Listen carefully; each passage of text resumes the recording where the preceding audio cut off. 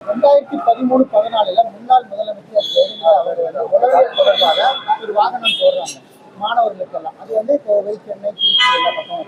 ஆனா அந்த வாகனம் இப்போது செயலிழந்து இருக்கு.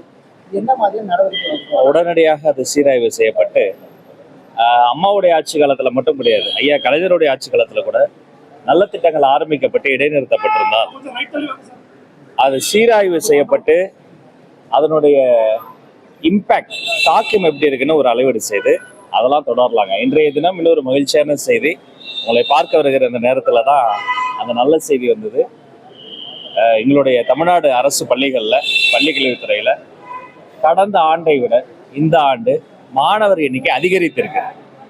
அரசு பள்ளிகளை நோக்கி மாணவர்கள் வருவது அதிகரித்திருக்கிற இந்த மகிழ்ச்சியான செய்தியை உங்கள் மூலமாக உலகத்திற்கு சொல்லிக் கொள்கிறேன்.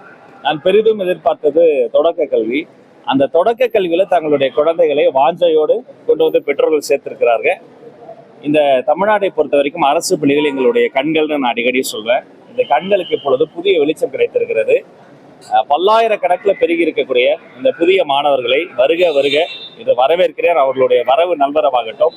அடுத்தடுத்த சட்டமன்ற கூட்டத்தொடர் இருக்கு, பட்ஜெட் எல்லாம் இருக்கு. அவர்கள் பெரிதும் எதிர்பார்க்கக்கூடிய, அவர்களுக்கு முயற்சி தரக்கூடிய பல அறிவிப்புகளுக்கான ஆய்வு பணியும் போயிட்டு சங்கங்களை சந்திச்சவங்க என்ன சொல்லிருக்காங்கன்னா 55 லட்சமா இருந்த மாணவர் சேர்க்கை 45 லட்சமா குறைச்சிருக்கு. இப்படி இருந்துச்சுன்னா பள்ளியில் நடத்த முடியாது சங்கங்கள் சொல்லியிருக்கு. ஆனா இன்னைக்கு நீங்க ஜாஸ்தி பழைய டேட்டா, இன்னைக்கு காலையில தான் புதிய டேட்டா எக்ஸாக்டா வந்திருக்கு. இன்னும் அது அதிகரிக்கும். ஏன்னா இப்ப சில இடங்கள்ல இடைநிற்ற இடத்தெல்லாம் நேரா வீட்டுக்கே போய் அவர்களை எல்லாம் அடையாளம் கண்டு மீண்டும் கொண்டு வந்து சேர்ப்பதற்கான பணிகள் இருக்கு. அப்ப இந்த ஒவ்வொரு பீரியட்லயும் இது அதிகரித்து கொண்டே போகும் என்பதை நான் தெரியப்படுத்துறேன். அது மட்டுமல்ல, கடந்த 2 தினங்கள்ல நூற்றுக்கணக்கான சங்க பிரதிநிதிகள் எல்லாம் நேரில் அழைத்து இதுக்கு முன்னாடியும் சந்தித்திருக்கலாம், பேசியிருக்கலாம். ஆனால் நடந்தவை நடந்தவையாக இருக்கட்டும், நீ நடக்க போவே நல்லவையாக இருக்கட்டும் என்ற எண்ணத்தில் அவர்களுடைய கருப்பொருள் என்ன முக்கியமான கோரிக்கைகள்னு அதையும் ஆவணப்படுத்தி அது ஒரே நாள்ல பார்க்க முடியல. அப்ப சில பேர்லாம் சங்கடப்பட்டாங்க, ஐயோ எங்களுக்கு காத்திருந்தோம், ஒரு 50 பேரை பார்த்தீங்க, மீதி பேரை பார்க்கலையே. உடனே அடுத்த நாளுக்குரிய எல்லா நிகழ்வையும் ரத்து பண்ணிட்டு அவர்களையும் நேரில் பார்த்து அவர்களை நேரில் சந்தித்து அவர்களினுடைய மனக்குறைகளை கேட்டு உணவு உபசாரம் செய்து அதை அத்தனையும் நாங்கள் டிஜிட்டலா இப்பொழுது பதிவு பண்ணிடுறோம். இத்தனை நாளா வாங்கி அப்படியே விட்டுருவாங்க. இந்த பக்கம் வாங்கறதுக்கு நேரம் பத்தது. ஆனா முதல் முறையா அதை எல்லாமே டிஜிட்டலா ஆவணப்படுத்தி இதன் மீது எடுக்கப்படுற நடவடிக்கை என்ன, அதன் சீராய்வு என்ன, போன வாரத்தை விட இந்த வாரம் என்ன நடவடிக்கை எடுத்தோம், குறைஞ்சது 2 கூட்டம் நடத்தணுமா, பினான்ஸ்ல போய் பேசுறோமா, எது நிதி பிரச்சனை, எது நிர்வாக பிரச்சனை, எது மக்கள் பிரச்சனை, எது மாணவர் பிரச்சனை. 3 விஷயம் முக்கியங்க. மாணவர்கள், பள்ளிக்கூடங்கள், ஆசிரியர்கள். இது 3 சார்ந்தது பெரும்பாலும் பிரச்சனை. 1 மாணவர்களால் பிரச்சனை அல்லது மாணவர்கள் பிரச்சனை. 2 பள்ளிக்கூடங்கள் இருக்கக்கூடிய இன்ஃப்ராஸ்ட்ரக்சர். 3 பள்ளிக்கூடம் இருக்கும், மாணவர்கள் இருக்கும், ஆனா ஆசிரியர்கள் சார்ந்த பிரச்சனை. இதையெல்லாம் அடையாளம் காணப்பட்டு ஒரு திருப்திகரமான ஒரு முறையில அனைத்து சங்க கூட்டம் நடைபெற்றது. இன்றைய தினம் மாணவர் எண்ணிக்கை அதிகரிக்கிற செய்தியும் வந்திருக்கு.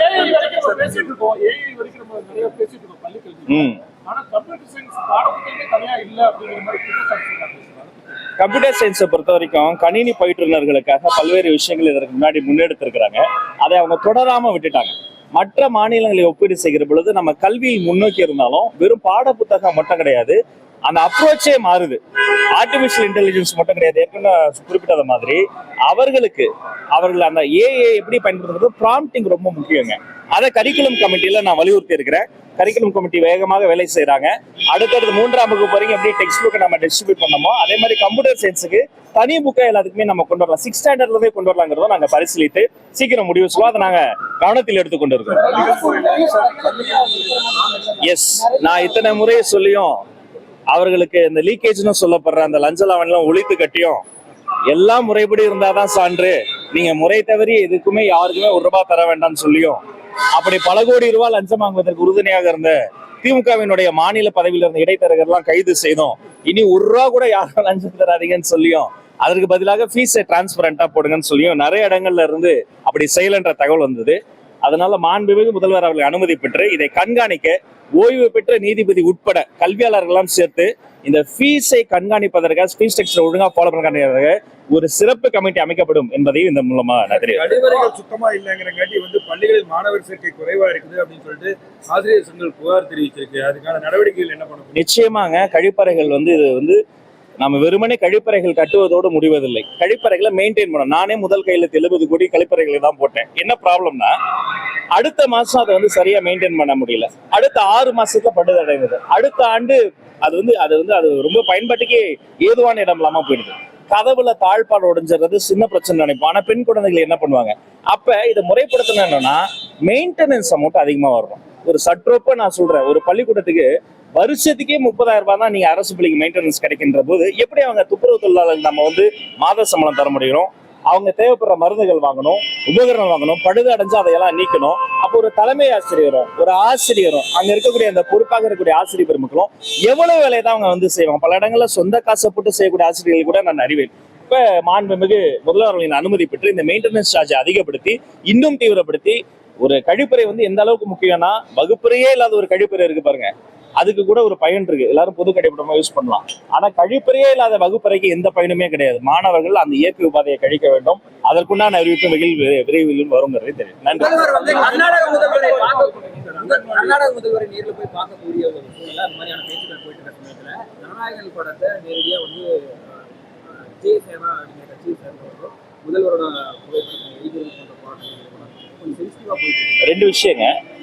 மாண்புமிகு தமிழ்நாடு முதல்வர் சி ஜோசப் விஜய் அவர்கள் எங்கு கலந்து கொள்வார், என்ன செய்வார் என்பது அவருடைய அலுவலகம் அவரே அறிவிப்பார். வேறு யார் சொல்வதும் உறுதி செய்த தகவல் கிடையாது. உறுதி செய்யாத ஸ்பெகுலேஷன் கொடுத்து நம்ம கருத்து சொல்ல வேண்டும். ரெண்டாவது, இது இரு மாநில சம்பந்தப்பட்ட ஒரு சென்சிட்டிவான ப்ராப்ளம். ஒரு திரைப்படத்தை குறித்து அந்த திரைப்படத்தினுடைய ப்ரொடியூசர் இருக்காரு, அந்த திரைப்படத்தினுடைய கலைஞர் இருக்காங்க, அவங்க பேசுவாங்க. நான் பள்ளிக்கல்வித்துறை சார்பா 2 நாட்கள் பல நிகழ்ச்சிகள் வைத்திருக்கிறேன். அதனால வேறொரு சந்தர்ப்பத்தை பற்றி பேசுவோம். இது சென்சிட்டிவ் ப்ராப்ளம். இதுல நம்ம வந்து அவசரப்பட்டு ஒரு விஷயத்தை நம்ம சொல்லி எந்த மாநில மக்களை காயப்படுத்த கூடாது. முதல்வர் எங்க போறாரா இல்லையாங்கிறது முதல்வரே அறிவிப்பார். நேற்று சொல்லிட்டேன், எந்த செய்தியாளரையும் தாக்க, நான் செய்தியாளர்களுடைய அமைச்சர், என்னுடைய டிபார்ட்மெண்ட் அவங்க எந்த கட்சியா இருந்தாலும் என் சொந்த கட்சியாக இருந்தாலுமே அவங்க மீது தாக்குதலோ அல்லது வந்து அவங்க மீது வன்முறையோ பிரயோகிப்பதை எல்லளவும் ஏற்றுக்கொள்ள முடியாது. அந்த உண்மைத்தன்மையை விசாரிக்க சொல்லி இருக்கிறேன். அதன் பிறகு கட்சி ரீதியாக அவர்கள் மீது நடவடிக்கை எடுக்கப்படும்.